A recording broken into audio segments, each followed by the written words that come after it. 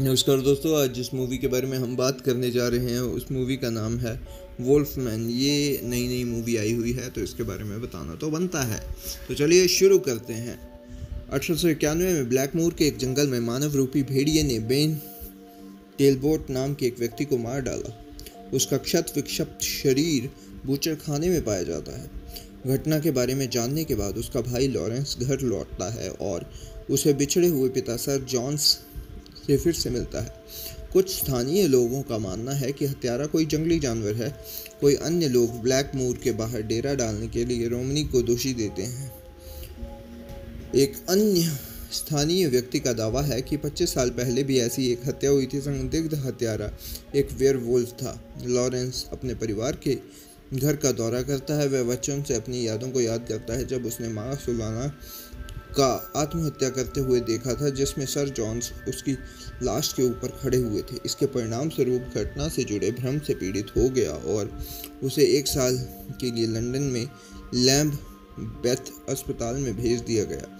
Lawrence पूर्णिमा के दौरान रोमानी लोगों से मिलता है। कांस्टेबल नाई के नेतृत्व में शहर के लोग एक नाचते हुए भालू को जब्त करने के लिए शिविर पर छापा मारते हैं, जिसके बारे में उनका मानना है कि वह हत्यारा है।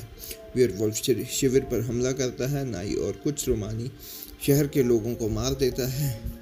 लॉरेंस को काटता है और भाग जाता है। मोलोवा, एक रोमानी महिला, लॉरेंस के घावों पर टांके लगाती है। एक अन्य रोमानी जोर देती है कि अब शापित लॉरेंस एक दूसरे को मारने से पहले मार दिया जाना चाहिए। मालेवा कहती है कि केवल एक प्रियजन ही उसे मुक्त कर सकता है। बुखार भरे सपनों की एक रात के बाद लॉरेंस अप्राकृतिक गति से ठीक हो जाता है और बहुत ही अधिक जीवन शक्ति और उच्च इंद्रियों का विकास करता है।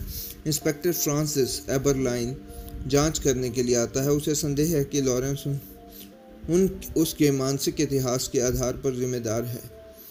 बेन की मंगेतर ग्वेन कानलिक को नुकसान पहुंचाने के डर से, जो टेलबोट्स के साथ रह रही है, लॉरेंस उसे लंदन भेज देता है। बाद में वह सर जोन्स का पीछा करते हुए सुलाना के क्रिप्ट में पहुंच जाता है। वहां पर सर जॉन्स खुद को एक कमरे में बंद कर लेता है और लॉरेंस को एक गुप्त चेतावनी देता है। लॉरेंस जंगल में भागने और शिकारियों को मारने से पहले वेयरवुल्फ बन जाता है। अगली सुबह एबरलाइन और पुलिस लॉरेंस को गिरफ्तार कर लेती है। वापस लैम्बेथ ले जाने के पर लॉरेंस को डॉक्टर हर की देखरेख में मानसिक और शारीरिक दोनों तरह से नरकीय उपचारों से गुजरना पड़ता है। सर जॉन लॉरेंस से मिलते जाते हैं और बताते हैं कि 25 साल पहले भारत के हिंदू कुश में शिकार के अभियान के दौरान उन्हें एक लाइकेनथ्रोपी से संक्रमित एक लड़के को काट लिया था।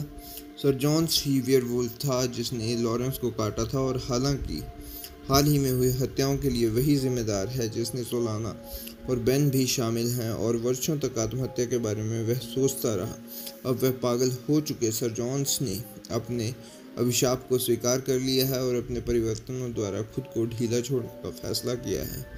धीरे धीरे स्टोरी जो है वो आगे बढ़ती जाती है। आप इसे देख सकते हैं और काफ़ी अच्छी स्टोरी है। एंड तक का मैं आपको नहीं बताऊंगा क्योंकि वो आप खुद देखें तो ज़्यादा अच्छा है।